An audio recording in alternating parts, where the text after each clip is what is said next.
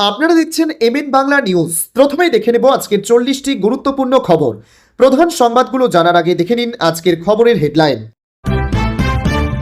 26,000 চাকরি বাতিল, যোগ্যদের বাঁচাতে সুপ্রিম কোর্টে এসএসসি ও পর্ষদ। বর্তমান বাংলা। কোথায় ঘাটতি, অন্নপূর্ণা যোজনায় কেন টাকা পেতে দেরি, বিরাট আশা দিয়ে লাখ লাখ মহিলার মুখে হাসি ফোটালেন অগ্নিমিত্রা পাল।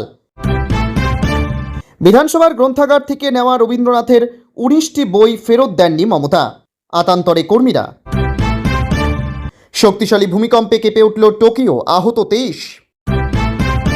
নোটা বেশি ভোট পাবে, রেজিনগরে ছেলের বিরুদ্ধে অধীরকে লড়ার ডাক হুমায়ুনের, বাবরি খোঁচা কংগ্রেস নেতার। রবিতে টালিগঞ্জে তুলকালাম, অবৈধ নির্মাণ ভাঙতে গিয়ে বিক্ষোভের মুখে পুলিশ। যারা আমাদের ভোট দেননি জীবনে দেবেন না তারা, অন্নপূর্ণা যোজনা নিয়ে কড়া বার্তা মুখ্যমন্ত্রীর। দূর হলো লক্ষ লক্ষ মহিলার চিন্তা, অন্নপূর্ণা যোজনা নিয়ে বিরাট সুখবর দিলেন শ্রমিক। ফের কামাল করলেন অধীর, প্রত্যাশা মতোই মুর্শিদাবাদের তৃণমূলে বিরাট ভাঙন, তারপরেই যা ঘটল অবিশ্বাস্য। হু হু করে বদলে গেল সোনার দাম, দেশ জুড়ে 10 গ্রাম সোনার দামে বড় সড় বদল। কলকাতায় কত দামে বিকোচ্ছ জানেন?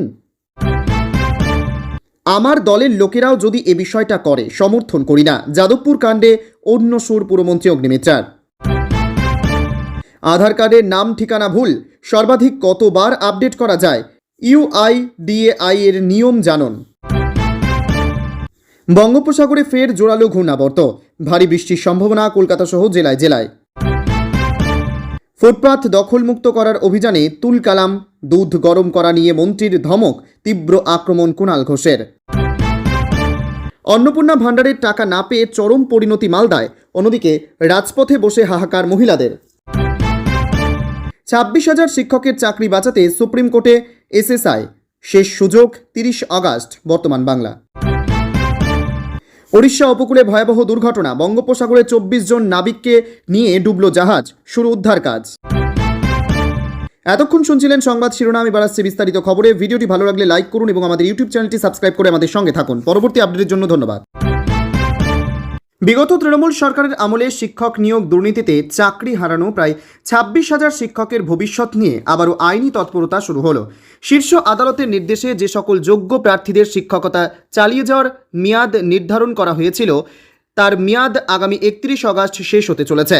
এই পরিস্থিতিতে স্কুলের শিক্ষা ব্যবস্থার ওপর যাতে কোনো নেতিবাচক প্রভাব না পড়ে, সেই লক্ষ্যে সুপ্রিম কোর্টের কাছে যোগ্য শিক্ষকদের মেয়াদের সীমা আরও বাড়ানোর আবেদন জানিয়েছে স্কুল সার্ভিস কমিশন এবং মধ্যশিক্ষা পর্ষদ।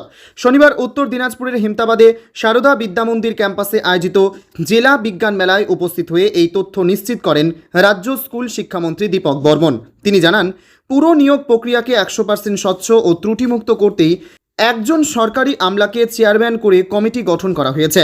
সেই কমিটি পুরো প্রক্রিয়ার তদারকি করছে।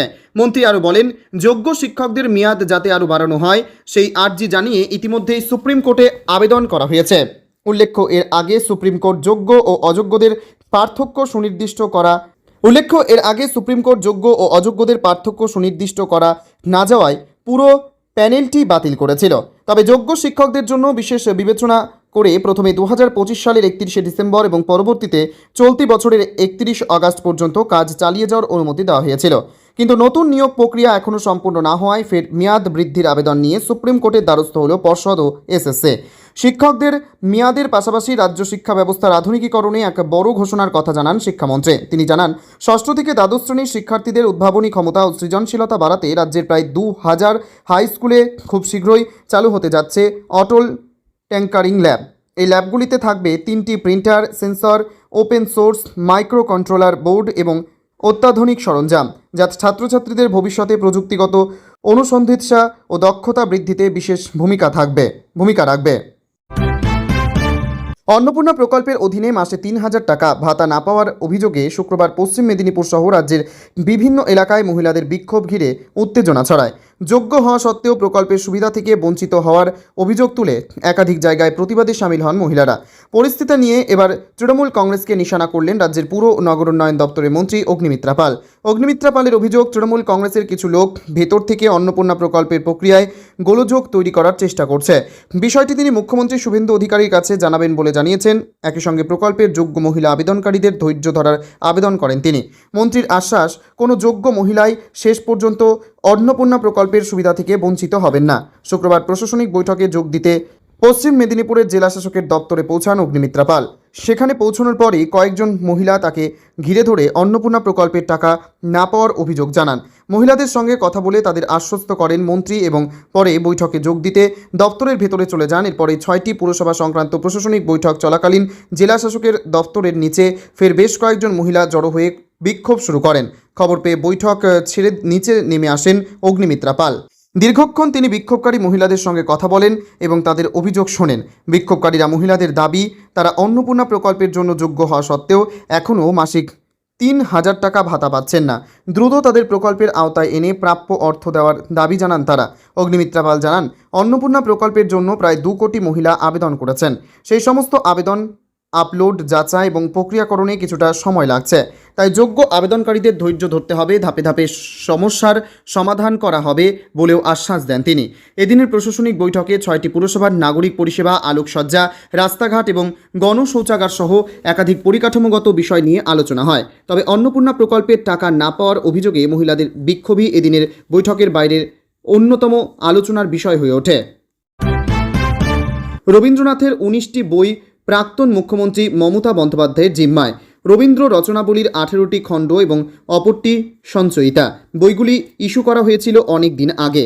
রাজ্যে পালাবদলের পরেও সেগুলি জমা পড়েনি, ফলে কিছুটা আতান্তরে গ্রন্থাগারের কর্মীরা। প্রাক্তন মুখ্যমন্ত্রী নিজে লেখেন, ছবি আঁকেন, গানও গান। রবীন্দ্রনাথের বইগুলিও তিনি মুখ্যমন্ত্রী থাকাকালীন বিভিন্ন সময়ে নিয়েছিলেন পড়ার জন্য। গত 4 মে তিনি ক্ষমতাচ্যুত হয়েছেন, নিজের কেন্দ্রেও পরাজিত হয়েছেন। ফলে তিনি আর বিধানসভার সদস্যও নন। অথচ তার নামে ইস্যু হওয়া ওই 19টি বহুমূল্য বই আর ফেরত আসেনি। সূত্রের দাবি, এক প্রকার বাধ্য হয়ে বিধানসভার গ্রন্থাগারের কর্মীরা মমতার সঙ্গে যোগাযোগ করেন। কিন্তু তিনি জানিয়ে দিয়েছেন বইগুলি তার কাছেও বাড়িতে নেই, রয়েছে বিধানসভায় মুখ্যমন্ত্রীর জন্য নির্দিষ্ট চেম্বারে, যে দপ্তর কিনা এখন শুভেন্দু অধিকারীর হাতে। সমস্যা হলো, বইগুলি বিধানসভায় মুখ্যমন্ত্রীর দপ্তরে থাকলেও খাতায় কলমে সেগুলি ফেরত হিসাবে ততক্ষণ গণ্য হবে না যতক্ষণ সেগুলি গ্রন্থাগারে ফিরে না আসছে। আবার গ্রন্থাগারের কর্মীরা যে মুখ্যমন্ত্রীর ঘরে গিয়ে বই ফেরত নেবেন সেটারও অধিকার তাদের নেই। সেজন্য আবার বর্তমান মুখ্যমন্ত্রীর অনুমতির প্রয়োজন। ঠিক একই সমস্যার জন্য প্রাক্তন স্পিকার বিমান বন্দ্যোপাধ্যায়ের নামে ইস্যু হওয়া 12টি বই এবং নথিও ফেরত নেওয়া হয়নি। এক সংবাদ মাধ্যমের খবর, বিধানসভার প্রাক্তন স্পিকার বিমান বন্দ্যোপাধ্যায়ের নামেও 12টি বই বা নথি ইস্যু করা রয়েছে। তিনিও জানিয়েছেন ওই নথিগুলি রয়েছে স্পিকারের দপ্তরে, ফলে সেগুলিও ফেরত নিতে পারছেন না গ্রন্থাগারের কর্মীরা। অবশ্য সবাই যে বই ফেরত দেননি তেমনটা নয়। সদ্য প্রয়াত রাজ্যের প্রাক্তন মন্ত্রী আশিস বন্দ্যোপাধ্যায় যেমন সরকার পরিবর্তনের পরেই বিধানসভার গ্রন্থাগারের সঙ্গে যোগাযোগ করেছিলেন, পরে তার এক সহযোগী এসে আশিসের নামে ইস্যু হওয়া বইগুলি গ্রন্থাগারে ফেরত দিয়ে যান। গ্রন্থাগারের আধিকারিকরা বলছেন, এভাবে সবাই বই ফেরত দিলে সমস্যায় পড়তে হয় না। আসন্ন রেজিনগর বিধানসভা উপনির্বাচনের আগে বিভিন্ন রাজনৈতিক দলের নেতাদের বাকযুদ্ধে এলাকায় রাজনৈতিক পারদ ক্রমেই চড়তে শুরু করেছে। শনিবার বহরমপুরে হুমায়ুন কবিরের সাংবাদিকদের মুখোমুখি হয়ে দাবি করেছিলেন, রেজিনগরে বিধানসভা উপনির্বাচনে এবার মূল লড়াই হবে বিজেপি বনাম আমজনতা উন্নয়ন পার্টির প্রার্থীর। সেখানে হুমায়ুনের দলের প্রার্থী হিসেবে লড়বেন তার পুত্র গোলাম নবী আজাদ রবিন। রেজিনগর উপনির্বাচনে সিপিআইএম এবং কংগ্রেস প্রার্থী দিলে বিজেপির বড় সুবিধা হয়ে যেতে পারে।